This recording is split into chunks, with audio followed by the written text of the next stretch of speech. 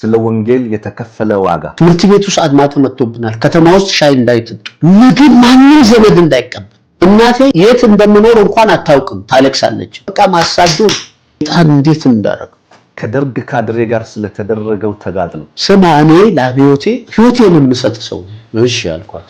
እንትን እያሰቃየችኝ እኮ ወንድሜ አፓ ነው እኔ ግን ደርግስ በአይዲዮሎጂ ስለማንገናኝ ወንድሜን አስገድየዋለሁ። ለኔ ምህረት አለ ከሚምር ከእግዚአብሔር ግን ምህረት ይመጣል።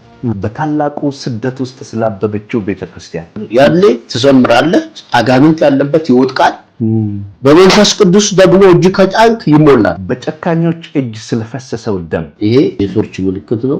አንተ የተንጠለጠልክ እየተሰቃየ ደም እየፈሰሰ እነሱ ከተማ ሄደው ውስኪ ይጠጣል። በዚህ ቪዲዮ ላይ ትሰማላችሁ። ማክሰኞ ማታ እኔም እጠብቃለሁ። እኔም እጠብቃለሁ። እኔም እጠብቃለሁ። እኔም እጠብቃለሁ። እኔም እጠብቃለሁ።